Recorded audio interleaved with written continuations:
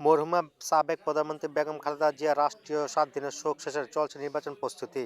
Union সভাপতি মোহাম্মদ মাইনুল ইসলাম, সাধারণ সম্পাদক মোহাম্মদ জামাল মিয়া, সিরাজদি খান থানার উপদেষ্টা আব্দুল মতিন আজাহারির নেতৃত্বে লিফলেট বিতরণ কর্মসূচি সভা অনুষ্ঠিত হয়। সিরাজদি খান না এই ছিল উপজেলা না তো বাসান আপনার ইউনিয়ন চরগুলিয়া। 1 নং ওয়ার্ড হ্যাঁ হ্যাঁ। পলাশপুর লক্ষ্মীচর গ্রামে লিফলেট বিতরণ কর্মসূচি পালিত হয়।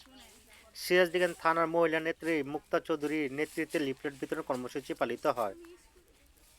এই জনতার কণ্ঠস্বর থেকে আমি দেলোয়ার আছি আপনার সাথে। এই মুহূর্তে আমি জানতে চাবো আপনি পলাশপুর গ্রামে ভোট লিফলেট বিতরণ কর্মসূচিতে আসছেন, তো আপনার জনগণের কাছে কীরকম সাড়া পাচ্ছেন?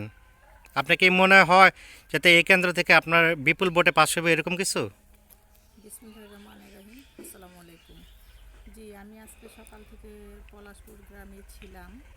এখানে এসে এই যে পলাশপুরের আমার এক আপা আমার সাথে সহযোগিতা করছে।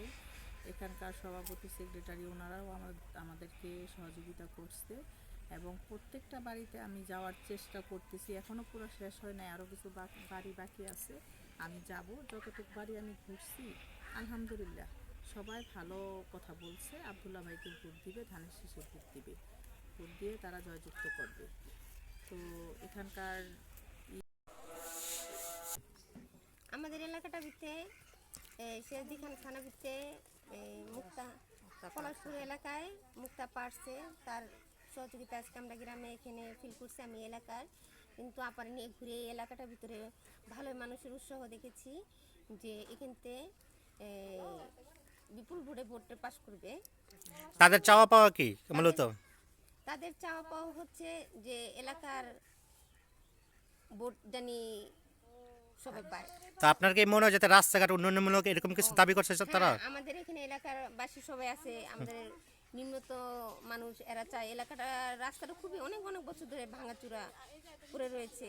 যা চায় সবাই এলাকা চাইতেছে যে এই রাস্তাঘাট যেন এতে বক্তব্য রাখেন মহিলা নেত্রী আপনার কাছে আমি মোহাম্মদ জানতে চাবো, সীমা তো আক্তার। বিগত স্বৈরাচার সরকারের আমলে কেউ ভোট কেন্দ্রে যাইতে পারে না বা ভোট দিতে পারে না, আপনার কি মনে হয় এবারে ভোট সুষ্ঠু হবে বা ভোট কেন্দ্রে যাইতে পারবে এরকম কিছু? বিসমিল্লাহির রহমানির রহিম। সকাল থেকে আমরা এই গ্রামটা ঘুরলাম, তো পলাশপুর গ্রাম ঘুরা আমরা বুঝতে পারলাম যেটা হ্যাঁ আলহামদুলিল্লাহ সবাই যাবে। মানে সবাই বলছে যে আমরা যাব ভোট কেন্দ্রে, অবশ্যই ভোট দেব। সবার ভোট দেওয়ার ইচ্ছা আগ্রহ সব কিছুই আমরা বুঝতে পারলাম। তো এবারে ভোটটা কি সুষ্ঠু হবে এরকম কিছু আপনার মনে হয়?